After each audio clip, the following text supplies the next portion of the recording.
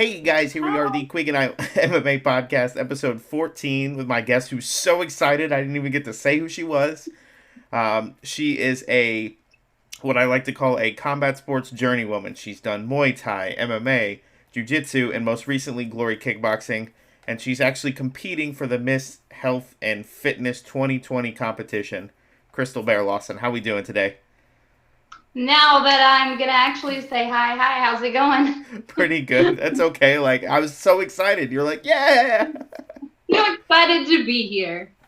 So, I'm really, thankful for you to be on the show, and it's perfect timing because I know the competition just opened the voting yesterday. So tell me how this came about, and tell me a little bit more about why you want to win this competition. It came about, It honestly just popped up on my Instagram, and I've done the Inked magazine. I've done a couple of things like that for tattoos, and I've always thought about being on different fitness magazines, or not necessarily the cover, but being in them. And I seen this, and I was like, hey, let me just send in my stuff. I honestly didn't expect to hear anything back from it, and they sent me a letter back, so that was kind of cool. So I'm right now number 3, and I think so they're breaking it down, so it'll be like the top 20, then the top 15, then 10, then 5. So I'm really hopeful. I know a lot of the women that are on there are professional fitness models and maybe do competitions and stuff like that, but I also know that this isn't just about that. It's about all aspects of health and fitness. So I'm hoping that I get in the votes, and because I believe there's a 2-page write-up or something too, so it'd be really cool to get to, be able to share my story and talk about competing and fighting, just kind of a little bit of everything I do, and maybe give a different aspect to the magazine and to everything. I think it'd be really cool. Well, and I think that's always how you've been. You always want to bring a different persona, and I know we talked about it last time. People sometimes, I'm gonna quote you because I don't want to say this wrong. We talked about like girl fights, and a lot of times, they're not based on skill so much as they are, trying to be on appearances. And I think we've seen a big shift in that just in the last 8 months since we last talked, where that comes in. But you always want to look at something different. You don't want, this is an opportunity for you to be in, a big star and have a big platform, and you want to use it to tell your story to encourage others and motivate others. So I think that's really awesome. That's right. Your plan. They're $20,000. Also, the winner gets $20,000 plus, I think, with everything else that goes along with it, and there's sponsorships and stuff. So, with everything going on right now, that would be wonderful. That would be much needed and be amazing. So, I kind of want to catch up, and we'll come back to it. I want to catch up on from the last time we talked. It was back in November, right before your Glory fight. So, I'm sorry to bring it up, but I kind of want you to talk about that experience and what it did and how it changed your life. Yeah, that was a really cool experience for me. I did not get the result I wanted, and we can talk about that as well. It was such an incredible opportunity. They treat their fighters so well. It was different for me going into kickboxing, as we spoke about last time. Walking into a show like that is very different, because it really is, they say, you hear the term about being under the lights, and when you are there, that is the epitome of that. From the time you get there, there's itineraries you follow. I mean, everything is very in order. But when you're warming up in the back, you have to stop and do videos and things like that. The walk out to the ring, it's very long, and that's when you talk about it being a very solo sport. It takes a lot of you've got to be a certain type of person to do this sport and to do something like that, because that is a long walk, and that's a long time to think. And for me, I mean, it was amazing. Like I said, I walked out, and what happens with kickboxing versus Muay Thai, and that's what happened with me, is, yes, I trained kickboxing, and that is what I trained to get ready for that fight. It was very aggressive, a lot of angles, a movement, just raw. But when you've been doing Muay Thai for so long, which is what I've been doing, when you actually get into the ring to put that into play, a lot of people want to maybe talk shit online or say whatever they want to say. But when you've been doing one thing for so long, and then you step in a ring under this huge audience and everything, what you think you're going to do isn't necessarily what you're going to do. In kickboxing, you don't have a millisecond. You don't have a few seconds to think. All you can do is act. Mm-hmm. And I moved too slow. I thought that I could maybe like take a second, like play the Muay Thai game. There's no time for that. And during my pads during that week, things have been some things had kind of been changed during the week, and my mindset had been changed a bit with that. So there's certain little things, and each of those little things add up. And when you step into that ring, you don't know what's going to happen. There's just little small things that happen, and they may seem stupid to people, but just like, even for instance, and I don't know that this played any part in anything, but like, for instance, we're supposed to wear 8-ounce gloves as women. We get in the back, they put us in heavier gloves, or I know, at least me, and I'm like, yeah, like this isn't the one we're supposed to be wearing. You know, my coaches said something, we said something, and still we're wearing heavier gloves. Sure, it's not a big deal. You're a fighter, you do what you gotta do. But at the same time, like, does that play a part? I don't know. You know? I think it's entirely possible. You know, if you gave MMA fighters 8-ounce gloves instead of 4-ounce gloves, you're going to see a completely different fight come out of that. And you're going to see somebody who's used to getting hit with a 4-ounce glove get hit with an 8-ounce glove and go, oh my God, what was that? Like, right. Like when I was warming up, I mean, I know for a fact, definitely in my mind, I was thinking like, you shouldn't be thinking about anything but what you're about to do. I shouldn't be thinking like, oh damn, these gloves are not what I should be wearing. So, and again, like that's on me. That's not on anyone but myself. But yeah, just little small things, but each thing like comes with different results. I don't know, but yeah, I went out, I fought this dude. She's huge, and we knew she was gonna hit really hard. But what I think I said last time, 5'11". Mm-hmm. So big girl. She's not tiny. No, she had to cut from.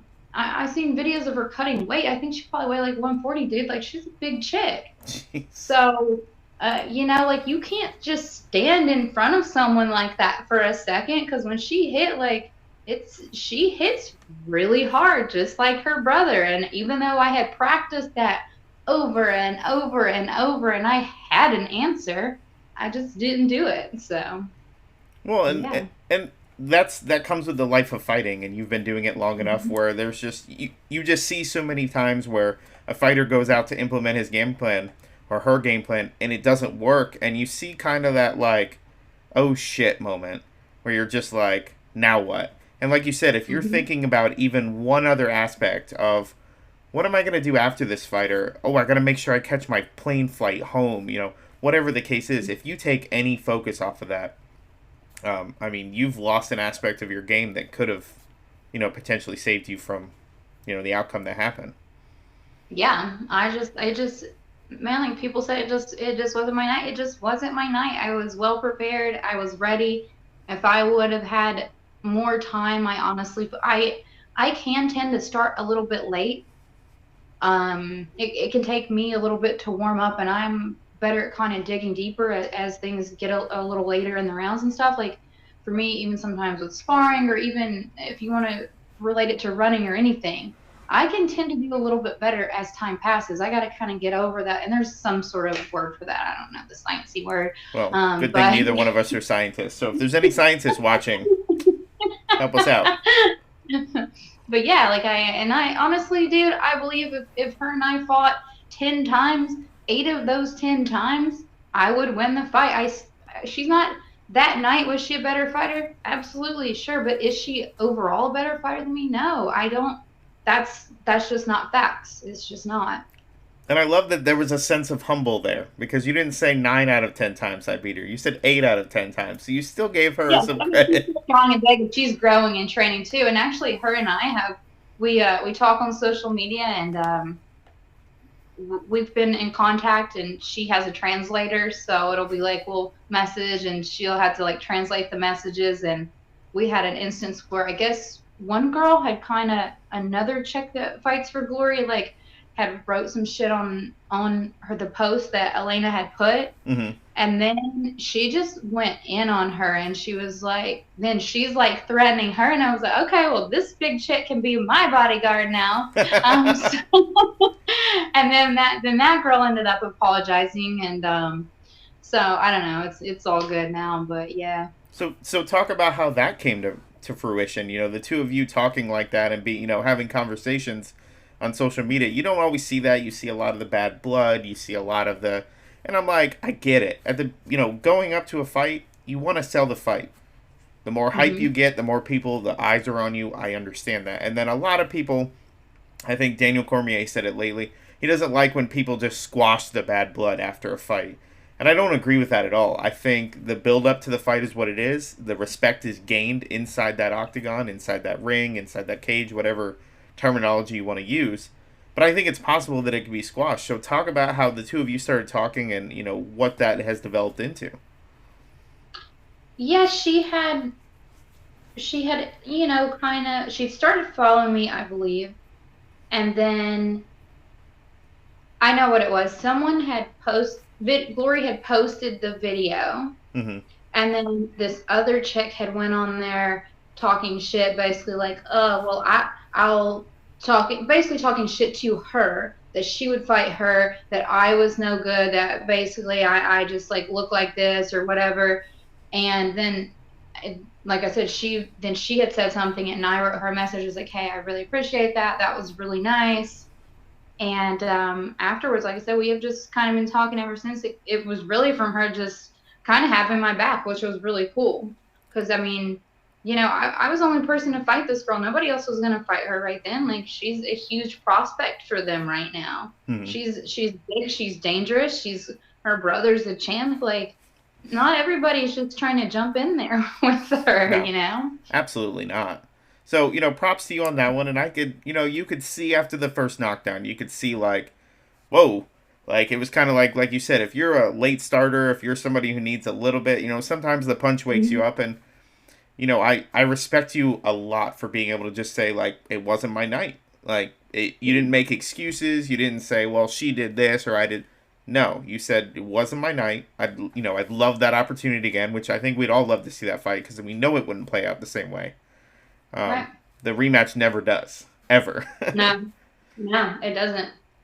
So, moving forward, I've, seen some rusings online that Glory had filed for bankruptcy in the last couple weeks. So I wanted to see, being that you fight for them, if they had passed along any news to you, if there's anything you're allowed to talk about. If you're not, just forget I asked the question. But, it is what it is. I haven't been told that I'm not allowed to talk about it. I didn't exactly know that bankruptcy was involved by any means. I did get information that someone else is in charge now. Yes. So I don't know if they're going to be under the same name, if there's maybe just new ownership. I know that the fighters still have their contracts. We still have our contracts. We'll still be fighting. So the promotion is still going on. I don't know the exact name, or like I said, if someone just bought it out. But yes, all of us are still, our contracts are still honored. Everything's still going. It's just going, somebody else just bought it, I guess. That's my best understanding. The letter's supposed to be self-explanatory, but there's always a gray area. Yeah. Well, I'm glad to hear that because, we've seen over the years a lot of the times, most notably, when World Series of Fighting went to PFL, like, a lot changed. The landscape changed, everything they were doing with it, so maybe it'll be that revamp. Not saying that Glory needed it, because I'll watch any Glory fight, whether it's Glory 1 or I think Glory Paris was on the other night. just incredible fights. And I don't think it needs all that extra technology. I don't think it needs all that extra. They have the commentary team. They have the right people. They have, like you said, great champions.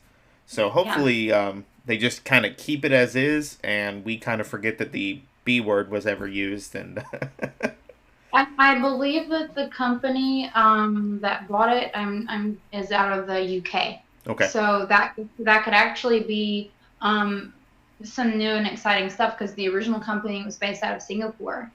So it being out of the UK, like it could be new stuff. There could be new fighters. There could be shows different places. So maybe it'll, something cool come out of it. yeah, absolutely. And I think everybody has to adapt right now. And I know we said we wouldn't really talk about this, but watching fights now and not and not hearing anybody woo, not hearing Yeah. some guy screaming or some girl screaming, or being able to hear the coaches talk to each other. And I think I talked about this one of the other shows where a few months ago Anthony Smith was fighting Glover Teixeira, and they're talking to each other, and Glover says, "I'm sorry," and Anthony Smith goes, "What?" And he goes, "Sorry, it's just business." And he's like, "Yeah, it's cool, man." And you heard all that on the broadcast. So I feel Oh like it's wow. brought a whole new element to fighting, kind of gone back to the grassroots, where you're not so much focused on what's going on outside the cage as you are inside. So Yeah. hopefully, Glory could put on some things. I know even this weekend, Bare Knuckle has their event on Friday. Island Fights has a card coming up. Combat Night in Orlando. So there's a lot of promotions trying to gain some steam and really say we can do this safely. So Yeah, that's actually an interesting perspective. What you said about, the fighters being able to focus on just what's happening. Um, for me, in general, that's not a problem now. But I know earlier in my career, I had worked with a sports psychologist, and that's one of the things he asked me. He's like, "What do you like? What do you see when you walk out?" And I'm like, "Well, like lights, this, that, blah blah." And he's like, "You shouldn't be thinking or seeing any of that." So in a way, yeah, for some people it could be really good. For me now, um, 10 years later, I really enjoy the aspect of having an audience in a bigger show. To me, it's a lot easier. And me and my strength coach and friend were talking about it the other day, and he explained it because so he was in a heavy metal band.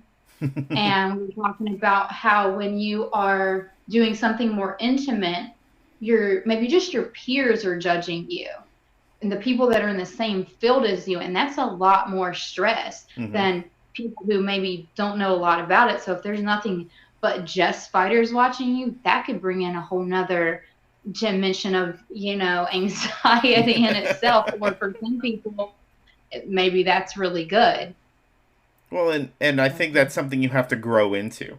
You have to get Mm-hmm. over the I'm looking at the lights, I'm looking at this. Did I wear did I put on the wrong nail polish? Like what happened? Right. Like what is there? And I Mm-hmm. remember years and years back, I remember talking to Mike Pyle, and he was like, when I go in the cage, he goes, I don't hear a thing. He goes, I hear my Mm-hmm. coach, I hear my feet, and I hear the punches or kicks being thrown. That's it. And he was like, Yeah. you can completely block it out. And I think it's one thing to, in those times where you're rocked, or, you're trying to mount a comeback, that crowd can really push, push, push. When you just have a coach doing that, I don't think it carries that same motivational factor. Right. Yeah. So it's huge. So go back to the beginning for anybody who didn't read our 5,000 word article. So tell me why you started fighting and why you're still fighting to this day. Yeah, so I started out, like I said, around 10 years ago, and at the time I had tried several different avenues, hair school, I did some personal training stuff. I was in a relationship at the time. I don't even know if you and I talked about this. I'm trying to get better about being more open about like my whole story. But yeah, at the time I was in a relationship that definitely it wasn't good for me. And I didn't really know what was next for me.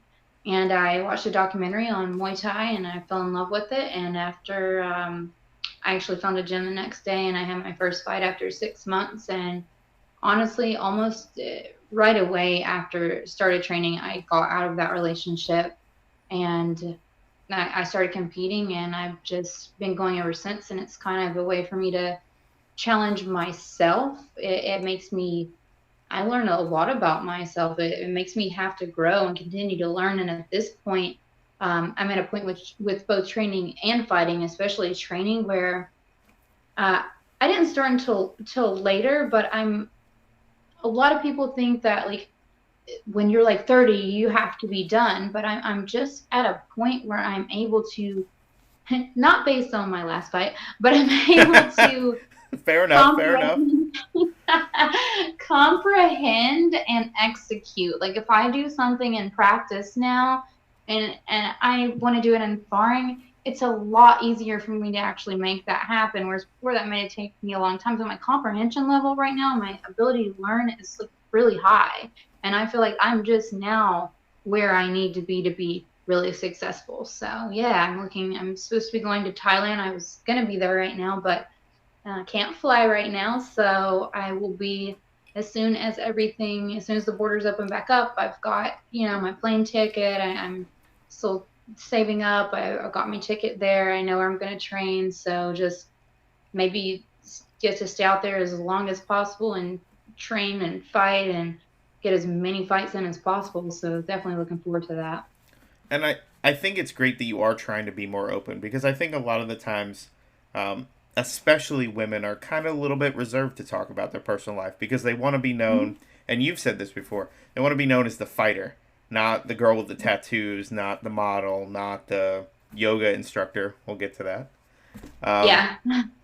But I'm reading, and you didn't talk about that relationship, and that was big because, that was a driving force, and, with the way the world is in any aspect, add in a pandemic, add in, movements that are going on, it's huge for people to step outside their comfort zone and finally make a change that they may not have been able to.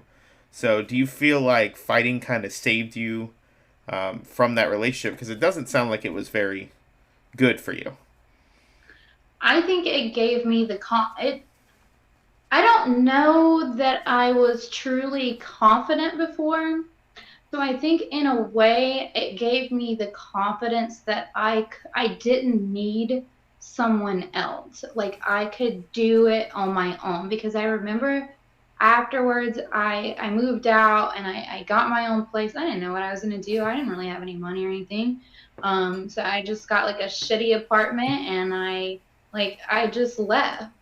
But yeah, it gave me the confidence that I was strong enough to do that, and that I didn't need somebody to like help me out or take care of me, or that I could just figure it out and do it on my own. So that's what I did.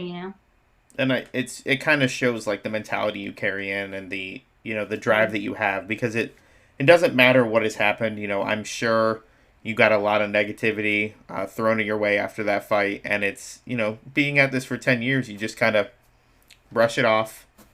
And every setback is a new tool to use moving forward. So it seems like, Yeah, I look at it. No, my coach, I had two coaches out with me, but one of them just was like, yeah, you know what? Like, it's kind of like any other job. This was kickboxing for me, and it's like sometimes your first day at work sucks, and you're not the best at it. And it's the same way with this, dude. I've not been a kickboxer my whole life. I've just started truly training kickboxing over Muay Thai. So this was my first day at work. And you know what? I didn't do the greatest job at work that day. But guess what? I've still got a contract. I'm still going to keep doing what I'm doing, and I'll just continue to get better. It is what it is. For lack of better terms here. no, and I love that, because I was that person. I had a job for Yeah. 5.5 years where I was the go-to person. Everybody had all the questions for me. And I applied for another job, and they said, well, how are you going to feel not being the go-to person? And in my head, I was like, it's going to suck.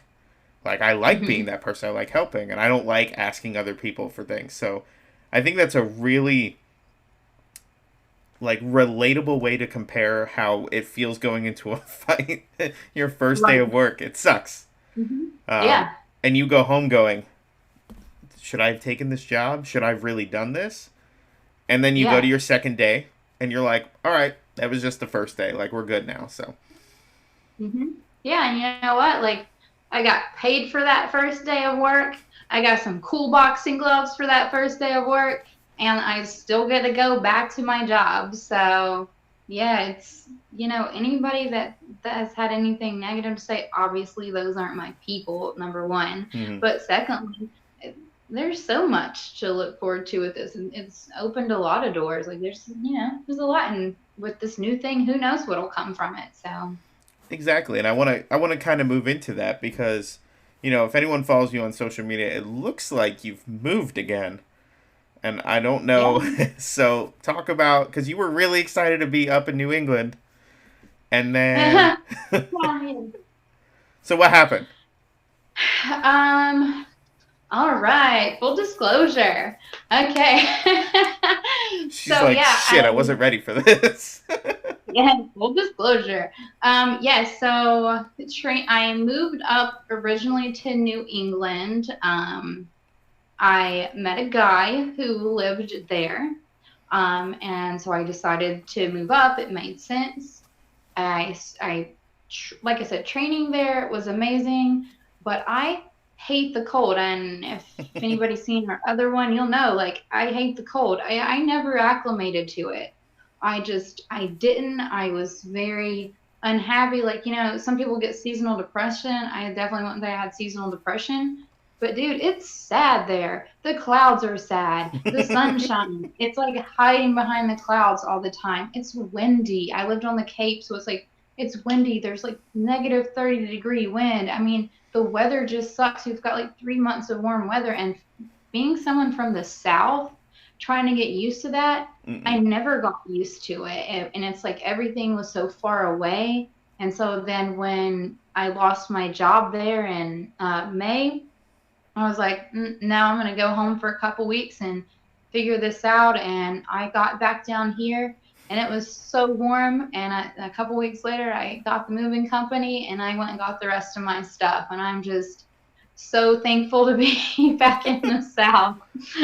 And being somebody who's born and raised in Florida, it's a different kind of, weather here where it's hot all the time. I think yesterday was the best example. I went outside, the sun was shining, went to get the mail, and I got soaked.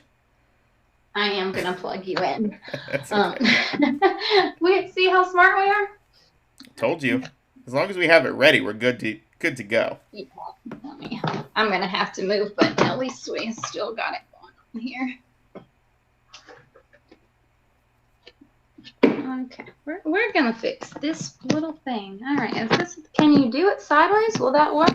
Yeah. Look at me being inventive here. Okay, give me 2 seconds.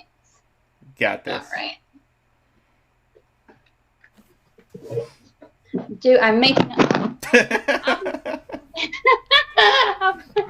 Listen, it isn't a good show without some technical difficulties. Okay, wait, but I did it. Okay, I got this. All right. It's fine. I'm ready. That was a good fix. That was quick. Okay. Told you. Listen, All anybody right. who's been watching the show versus listening, I think it's funnier to all the people listening because there's times where I'll be like, hey, look at that. And I realize if you're not watching, I think Mitch Hedberg said it, stand-up comedian, and he talks about, he's like, hey, I think for the rest of this set, I'm just going to point at things. So the people at home who can't see this are going to be really pissed off and not understand what's going on. Yes. So That's now awesome. you're back in the South. Was it Georgia? Mhm. So you're almost in the South, like South. I'm in North Carolina, but I train here, and then this past weekend I was actually up in Georgia for some fights, and I trained at Kumban's, which I've known him. I fought for him many times before, but I never got to train at his gym. Mm-hmm. And I really, really enjoyed training with him.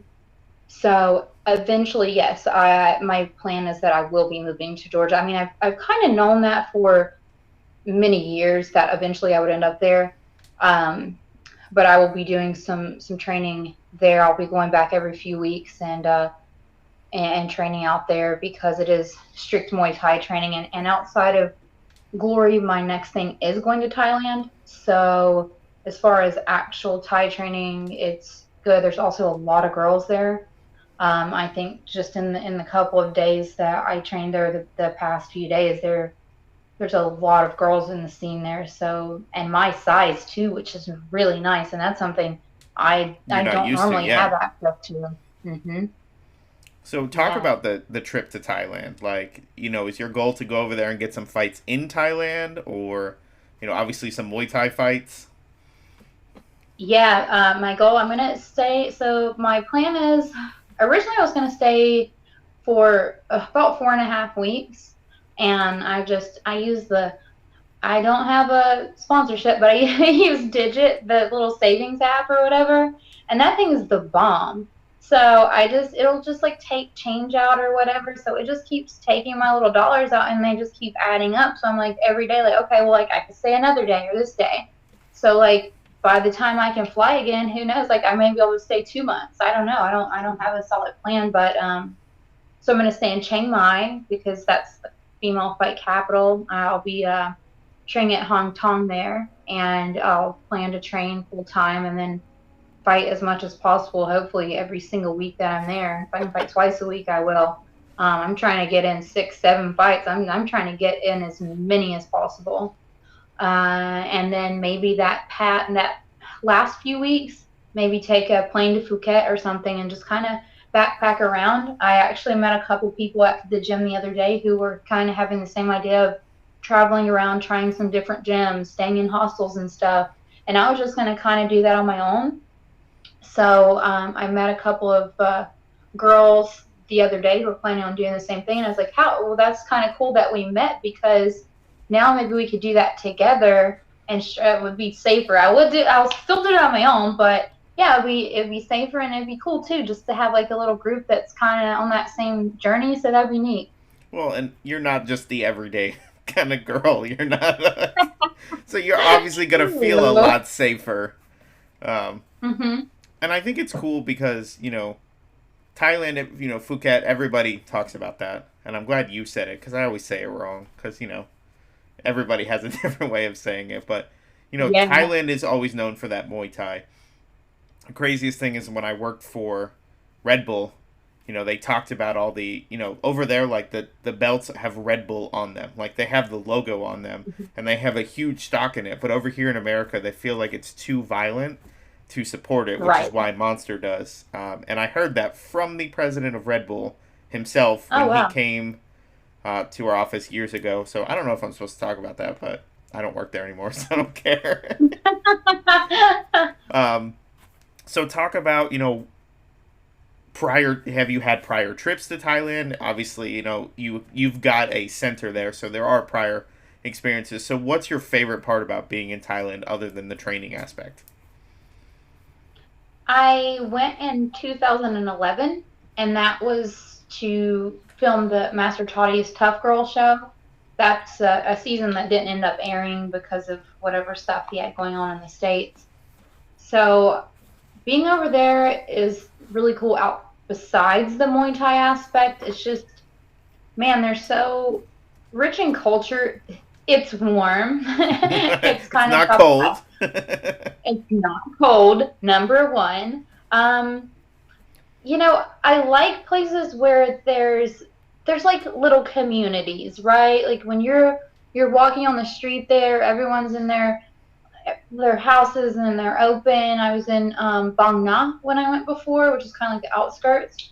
But yeah, everyone's kind of in their little houses and you can wave to people. It's like, man, they're like little villages. I don't know if that's the proper terminology, but stuff like I love stuff like that. And I was talking to my coach the other day, and that's kind of something that I eventually want to do. I want to go to different countries and different places and do the martial arts and different places, but like Fight World and like that show. I want to do those things and document it and just kind of travel around and be able to have those experiences and go stay in little villages with people.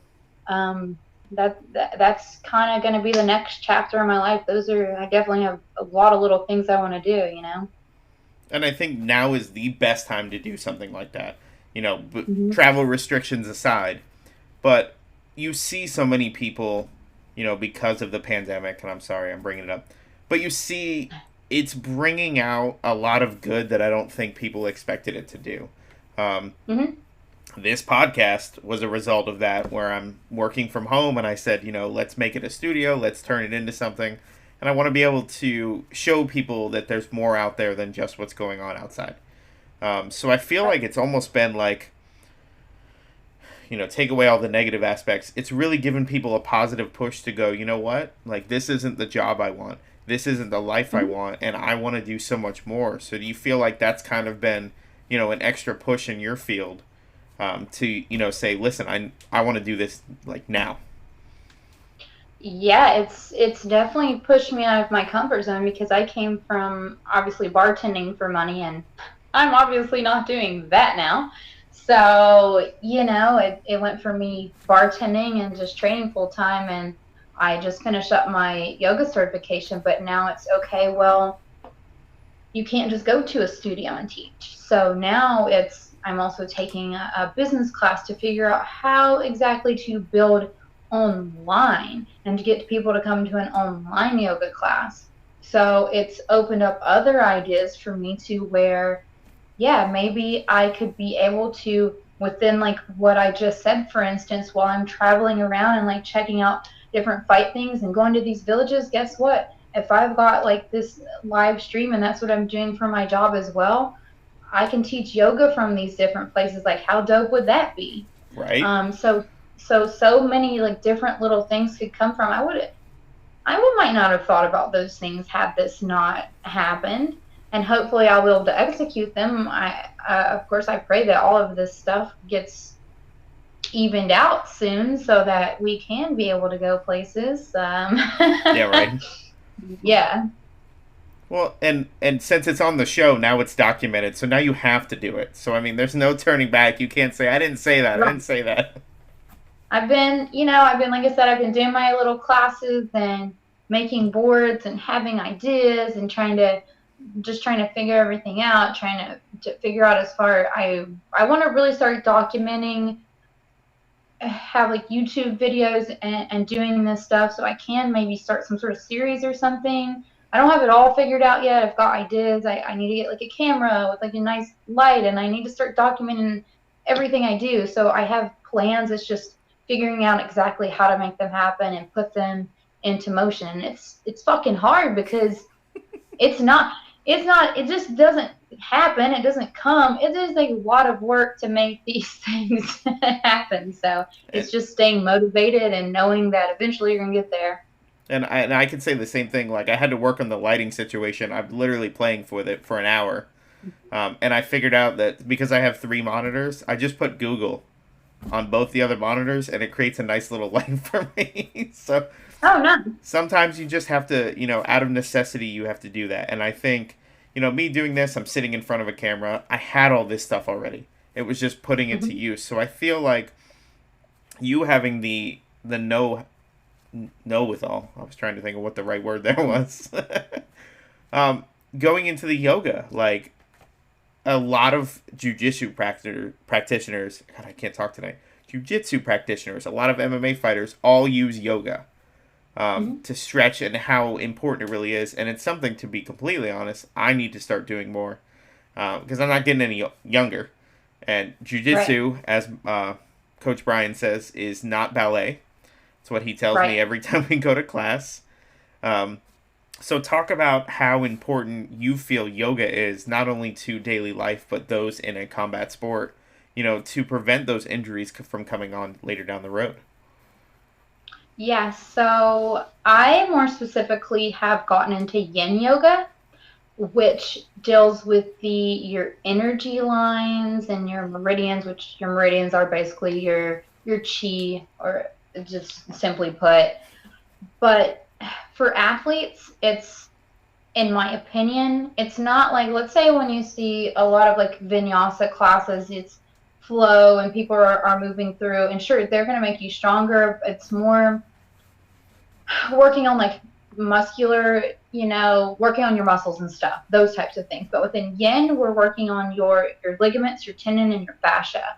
So it's getting less superficial. You're getting deep into those things so that they can heal, because like those things need stress in order to heal. Mm-hmm. So rather than do a class where, let's say, you're doing like 15 poses or 15, like, I don't know, like 30 poses or something.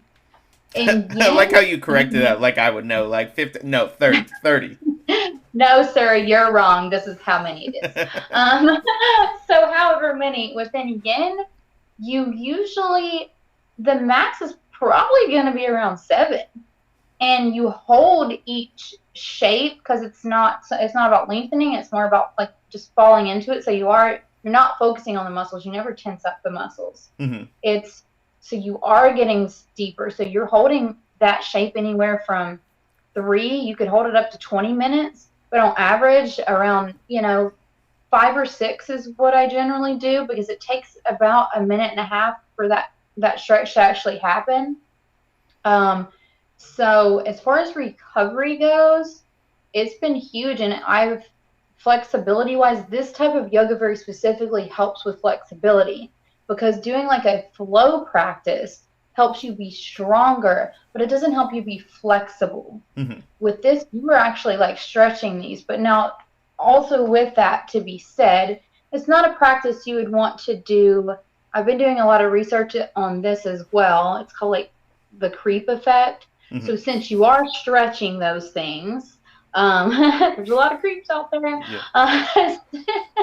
Since you are stretching those things, they have to rebound. So directly after the class, you wouldn't want to go do a boxing class. You wouldn't want to go to boxing. You wouldn't want to go box. You wouldn't want to go box. You wouldn't want to go box then, because it can, since you've stretched out so much, it may just be the tiniest bit, but it could like mess with your fast twitch fibers in that moment. You might not just be as springy, for instance. Mm-hmm. And you might not even notice it, but that's just something to just take into account. So if I'm going to do it, it'll generally be on days I don't have practice or in the evening time. So I know, okay, I'm not going to have to worry. I don't have sparring today, so that's not going to affect that. I don't actually know how much it affects it. I just know that it's said to be a thing. So I'm really weird about that. I don't know how many people are really weird about that, but being an athlete and coming from that perspective, I'm really picky about that. Well, and understandably so, because like you said, you have to know what you're doing and what to do afterwards. You don't stretch for 5 minutes and then go train. You don't, right. Run a marathon and then go train. Like, we know some people, you and I both know, you're probably one of those people too, who could run an entire marathon and then go to sparring and do whatever and be just fine. Not everybody's like that. So no. I think, no. The extra focus on your body, and if my professor watches this, he's going to say the same thing, and he's going to yell at me for not doing more myself, but it is there. When you start to have weird pains that didn't used to be there, knowing how to get rid of them, or knowing how to heal your body instead of just kind of push it away, I think that's incredibly important, and I love that you're doing this. So, talking about how to get people to do class, I think the easiest aspect is right here. People don't like going out and doing this in front of other people. I don't want to go do yoga in front of any other people. I'm fine with jiu-jitsu, don't get me wrong. But, I don't want to look silly. And I think that's what it comes down to. So I think giving people that option to do it from the comfort of their own home is a selling point more than it is a detriment in your case. Yeah. Yeah. And another thing about yin, too, obviously, we talk about yin and yang, but everything we do is so yang in nature, from our work to martial arts to all activities. So this is a practice where it's very chill. It's you move very slowly, and within these postures, it's very quiet. So you have to mentally sit with yourself, and you just gotta kind of deal with yourself. So it kind of allows you to be just like settle down and like get that nice balance. And that's something that, since we've already talked about it, but since this has started, like that's one of the things I told myself. I was like, with this time, I'm going to be sure that everything that I do, or at least try, is balance. So between my martial arts, between my strength conditioning, between running, between yoga, my family life, my home life, everything, I'm trying to just find like balance. And I think, again, you're saying exactly what we want to talk about. It's making the most of time where there's so many people just sitting inside and, you know, going through, especially, I feel so bad for all those people in colder states. Like you said, it's depressing. You know, dude, I would have went insane. It legit, if I were still in the cold with all this happening, with no job, no gym open, I would have probably lost my mind. It would have been The Shining. Yeah. Here's Crystal.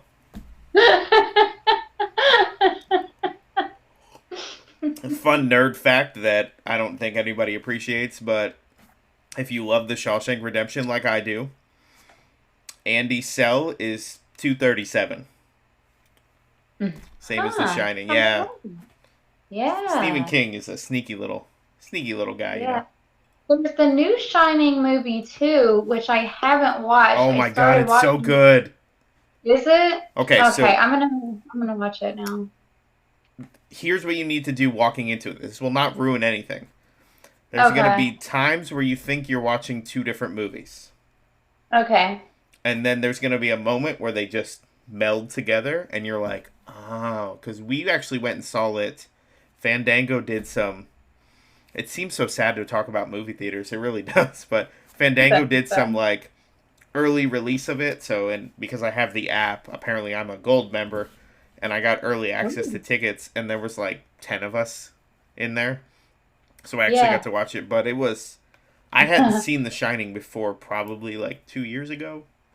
And I know that's sad given how much I love pop culture and you're like, oh God, I can't even do this anymore.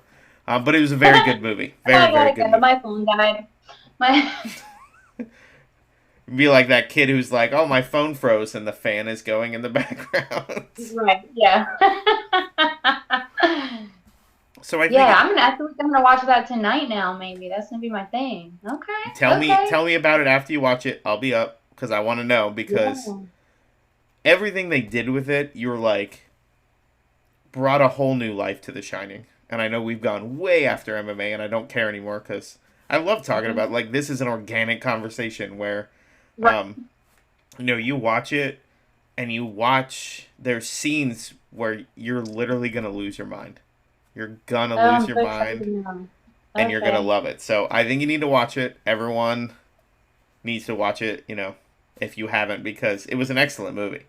It was definitely a movie that made you. Leftover Domino's brownies, then you could probably eat those while you watched it too. Just throwing that out there. Not that I'm gonna do that at all. Leftover Domino's brownies. That is an oddly specific, exquisite dessert. So I'm. But I wanted to, I was trying to show you this before, and I think we were having some Wi-Fi issues. So the last time we talked, I was a white belt. I am not anymore. Oh, congratulations! And I can tell you, something clicked. Something, and, you know, having my professor say those exact words where him and I ended up rolling, it was guard pass night, we do, you know, 10 minutes each one. And it's kind of like a reverse King of the Hill. You go out, you try to sweep submit. If you don't get them, you go back up and you keep going. 40 minutes of that is excruciating. Right. 40 minutes of that with a mask on is even worse.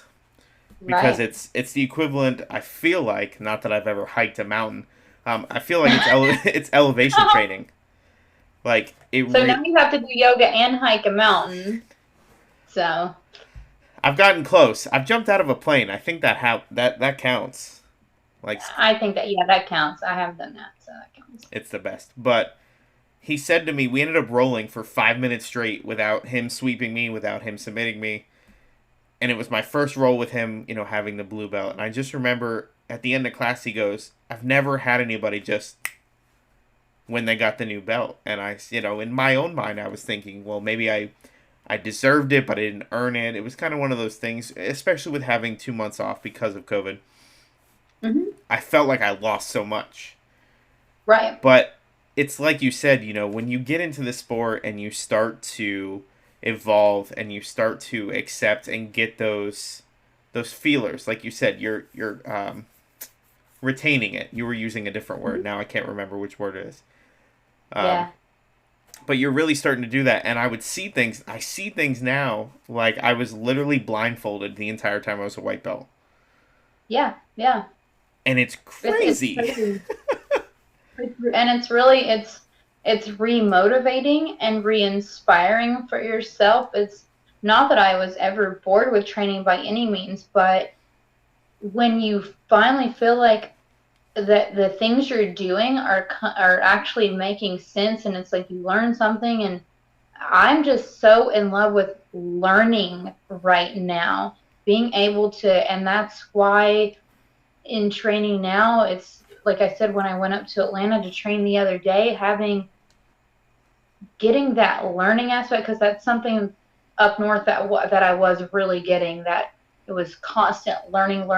So when I encountered that again over this past weekend, I was like, okay, like I know this is a place I need to be training, because it's something that my mind is craving now, because it knows that it's like ready for it, and it's like so hungry, and I want to keep learning and like doing those things and being able to execute them, because it feels like you're just on the brink of something, And then I started taking Alpha Brain, and they don't sponsor me either, but what the hell, Alpha Brain? That stuff works too. So tell me about Alpha Brain. We're going to give them a free plug, and maybe that'll change things. Free plug, yes. So a couple of friends of mine take it. My strength coach takes it. Eric Utsch, who is a friend of mine, he, Dutch kickboxer, amazing kickboxer. He's retired now, but he has been hit so many times, and just like he does a lot of security work. He's around a lot of people who maybe don't use the best language and stuff, and he was saying that how he almost felt like he talked dumber. He's kind of what sold me on it. He was like, I feel like, Bear, I feel like I kind of talked stupider, and, I wasn't using, like, my words, and he's smart. He's an educated dude, and he's like, it's like I kind of just, like, forgot those things, and obviously it helps your cognitive function, it helps your memory, it helps your focus, and that's definitely something for me, not even just from training, but I feel like my memory kind of sucks, and my learning comprehension, although, like I was saying, it's getting better now, is something that I do want to take care of my brain, and I want to take a neurotropic. So I kept hearing all these things, and he had done a podcast recently, and he said, the guy said to him, like, wow, Eric, you're talking so much more clear and so much better. And he's like, well, yeah, I'm not high this time, but also like I started taking these things from my brain, and he was, it just changed him, and I was like, okay, and I'm listening to him talk on like when we're talking on the phone, I'm like, dude, he sounds like just clear, like he's using his words and his sentence structure more properly, and I've seen a big difference, and he's dyslexic too, I believe. So I was seeing a big difference in the way he was speaking, and I was like, I'm about to give this a try. And I've been on it for several weeks now, and I definitely already see a difference with, I feel like, I don't want to say that my mind was cloudy before, but I feel like when I have ideas, and like, let's say maybe I'm taking notes for my classes or something, I'm very much more aware of what's happening. It seems to make a lot more sense. One of my friends is doing a podcast, and I guess just a good example would be the other day he asked, like, what was the difference in shadow boxing in front of a mirror versus maybe when I do it outside versus, at light work on the bag. And normally a question for something like that, I'm like, I have to think about it for a little bit. And I just like said it, and it came off, and I was like, whoa, this stuff does work. Because the answers they're already there. But I think it just helps them fire and helps already what's there working. And I don't want to say it's all that, maybe it's placebo. I don't know. But dude, I swear it works, and I'm about it, and I'm going to keep doing it. And I know it's not the limitless pill, because that would be amazing also. But I'm definitely a fan, and I'm going to keep using it. So one of these days I'll get good enough to edit, and there'll be a bottle of Alpha Brain here. We'll Let me go get in the bottle. And getting that, being somebody who's got a bachelor's degree in psychology and ironically enough a minor degree in business. It was an accidental minor in business because they told me I couldn't graduate unless I had electives. So I took a business class and I really loved it. Now granted, this was 8-9 years ago, but I really did love it because you learn about the aspects of things, and I think throughout my life you learn a lot more about how a business really needs to run.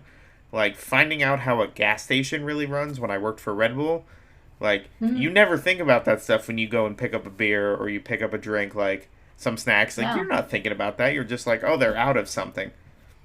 Right. Like you have to really think about that. So I think, I'm excited that you're taking those classes and you're taking that initiative to really do something better. Right. But knowing like you said, I might not remember what I did 3 hours ago, but I can remember a phone number that I've called once in my life 10 years ago. Mm-hmm. Right. It's just about where your brain prioritizes things. It's watching a movie and remembering every single quote about it, but not knowing what you had for dinner last night. Yeah, I'm terrible at remembering stuff. Like people tell me stuff and I'll forget. I think I've always been that way. I think I block things out subconsciously. I probably have selective hearing because I'm a girl. What? I don't know. Yeah, I gotcha. So I don't know. Like I said, I've been impressed with it so far. So I'm excited to see over the course of even 2 months, and how it works. So, and of course, so hopefully Alpha Brain. If you're listening, I feel like it's I don't know what that voice was. I've got a lot of voices. That was just my... Listen, if we did a show where I did impersonations, I think I could do a whole show with that. I'm trying to figure out where it is. I think I moved it. I mean, I have an Arnold Schwarzenegger poster above all my stuff. I have a Mr. Freeze over there. Of course, it's one of the voices I can do, and I'm not doing it on the show just yet. Okay, later. One day. Have you ever seen Office Space?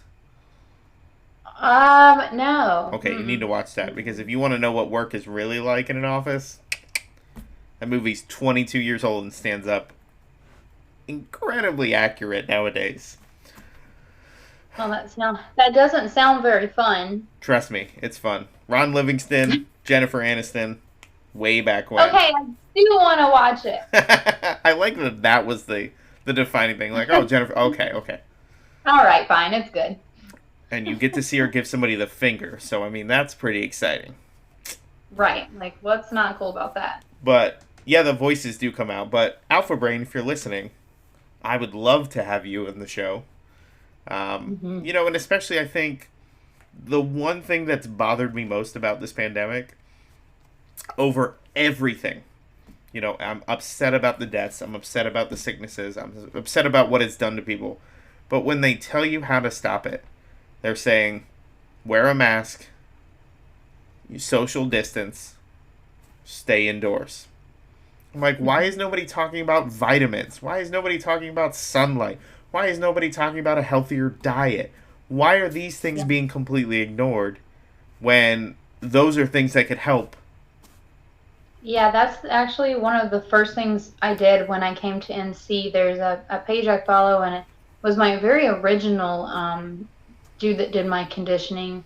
They this metabolic effect, but the dude from that, one of their trainers, had this whole list of stuff, and I couldn't by any means name all the stuff that's in my kitchen for you, but there's like 8 different things. Obviously, one's vitamin C. There's cat's tail or something.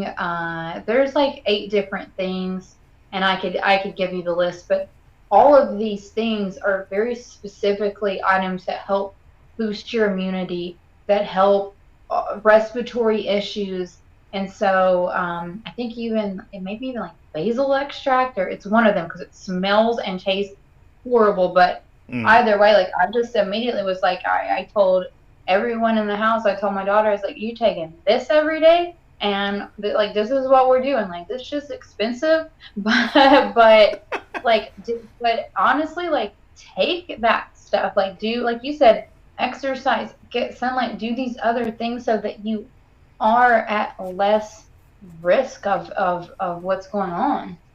Absolutely. Like, take care of yourself. And it's driving me nuts because I'm like, I'm trying, but you just see so many people not going outside at all. I'm like, you need the sun. Working from home. They just announced to us we're working from home for the rest of the year. We've been working from home since April. Wow. I'm incredibly thankful to work for somebody who can work from home. But in the middle of the day, I have my lunch and then I walk a mile. I think it's about a mile around the complex just to get some sunlight. I don't care that it's 100 degrees outside because it was yesterday. It was. Yeah. And it sucks. But people, get outside. If you're listening to anything, and if you've ignored everything she said, which would be dumb because you've definitely brought a lot of interesting aspects of the show, and I love that I've been able to talk with you. So, go outside. You don't have to go outside with anybody else. Go to the park. Enjoy some nature. Do something. Yeah. I've even, like, since this started, and before, my gym wasn't doing anything for a while, so it was at home workouts. It was online workouts. When we finally first did start, we had to wear a mask to bag class, which was killer. But going outside was huge for me. I don't know anything about planting plants, but it really helped me kind of stay centered. I just went and bought a bunch of plants from Walmart and some dude on the marketplace, and I just started planting stuff outside, and it's just like being outside, getting oxygen, like actually like putting your feet, like your bare feet, like to the earth does something for your body, your mind, your spirit. Like, it's good for you in every sense. So yeah, do that. I like that. The motivational speech at the end. Yeah, do that. All right, we're retracting the Alpha Brain sponsorship. So yeah, just do that.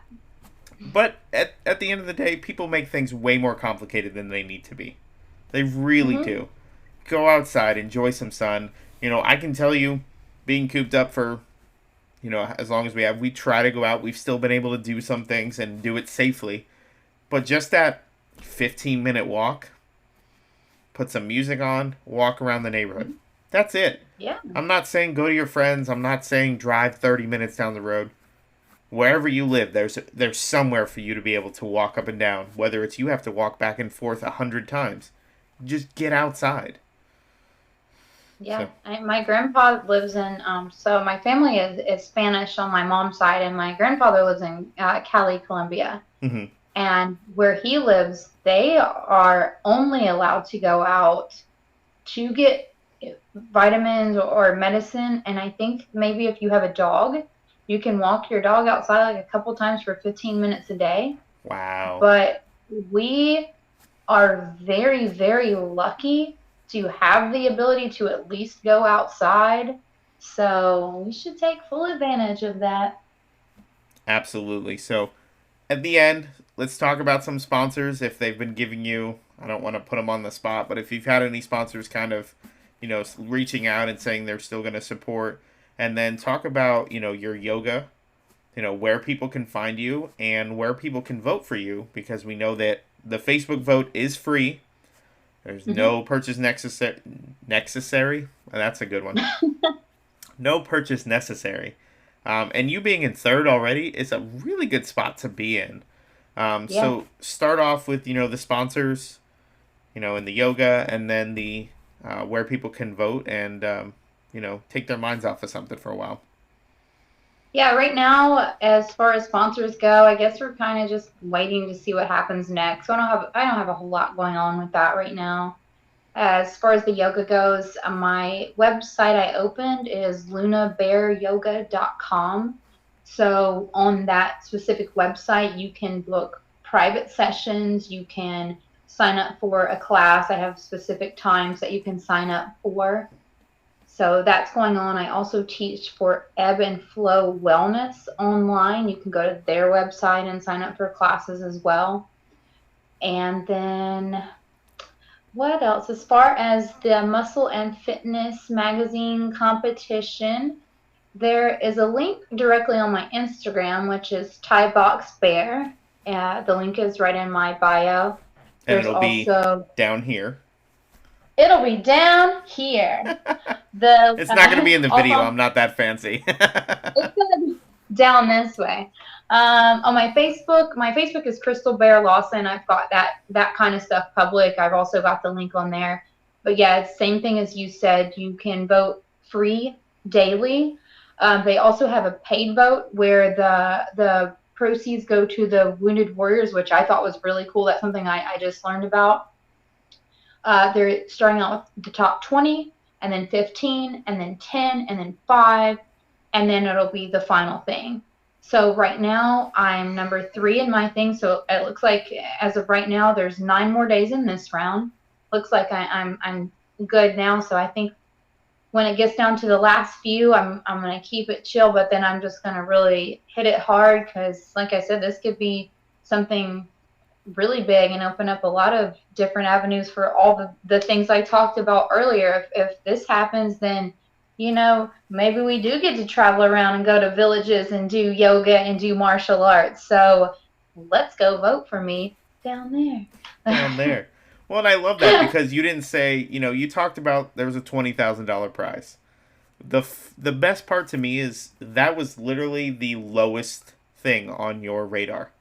It was, right. I want to be able to win this because of what I've been doing my whole life. I want to be able to tell my story. I want to be able to be featured in this so that other people can read about what I've been through. And then you're like, and there's $20,000, no big deal. So I think that's the best reason to vote for you. I think I'm a little biased just because, we've been doing the show for now an hour. But really, I think the timing came out perfect. I really appreciate the, full disclosure because there's still more for us to talk about, and I'm going to save that for next time. But it takes a level of trust. It takes a level of, understanding that this isn't just like a gotcha kind of situation where you're like, all right, tell us about all your woes. Because at the end of the day, you're a fighter, you're a mother, you're a yoga instructor, you're a traveler, you were a former bartender, there's so many names. Right. But at the end of the day, you have taken full control of your life, and that is what is most important. And, you at the end of the day are just you. So make the best of it. What was it? Yeah. Just do it? Is that the Shia LaBeouf? Just do it? Yeah, just do it. Just do that. Yeah, do that. So on behalf of Combat Press, EpicJitsTees.com, who made my, wonderful t-shirt, which you can get on the website, which you see on the banner. I really got to get better at this motion. Yeah, this one. Promo code Quiggs, that's QUIGGS. Combat Press, thank you again for giving me this platform and for putting us in touch in the first place because, when we got to talk, it's been 8 months, and I know a lot of the times interviewing somebody 8 months after you talk to them, not a lot's going on, but so much has changed in your life. And I really see a bright future, and, I'll go ahead and put the link for the Muscle and Fitness or Health and Fitness. I keep saying Muscle and Fitness, but, Well, it's because it's it's Muscle and Fitness magazine, hers, but it's Miss Health and Fitness. It's kind of confusing. That's why. Okay, so I'm not crazy. So it is really okay. Yeah. So thank you again for your time. It's been an absolute pleasure. I'm gonna let you leave with this favorite pose that you do for yoga. My favorite are definitely the back bend. I've got two definitely back bends because I'm always working on those. But right now I'm working on headstands, and even though I'm an athlete, they just do not come natural to me. So some people are really good at that, and that takes real practice for me. So that's what I'm working on. So my favorite to do are back bends, but the thing I'm working most on are headstands and handstands. And for your sake, we won't make you do a headstand on the show, even though I'm sure everybody would love to try and see that. When I get better, when I actually perfect it, then I'll do it. Fair enough. So I'm just gonna do that. I would just love to put "just do that," not just do it, just do that. That's gonna be my new catchphrase. Fair enough. You heard it here first, guys. So on behalf of Matt Quiggins, Combat Press, Quiggin Out MMA Podcast, the one and only Crystal Bear Lawson, thank you so much. Thank Hope you have a good rest of the night. Bye.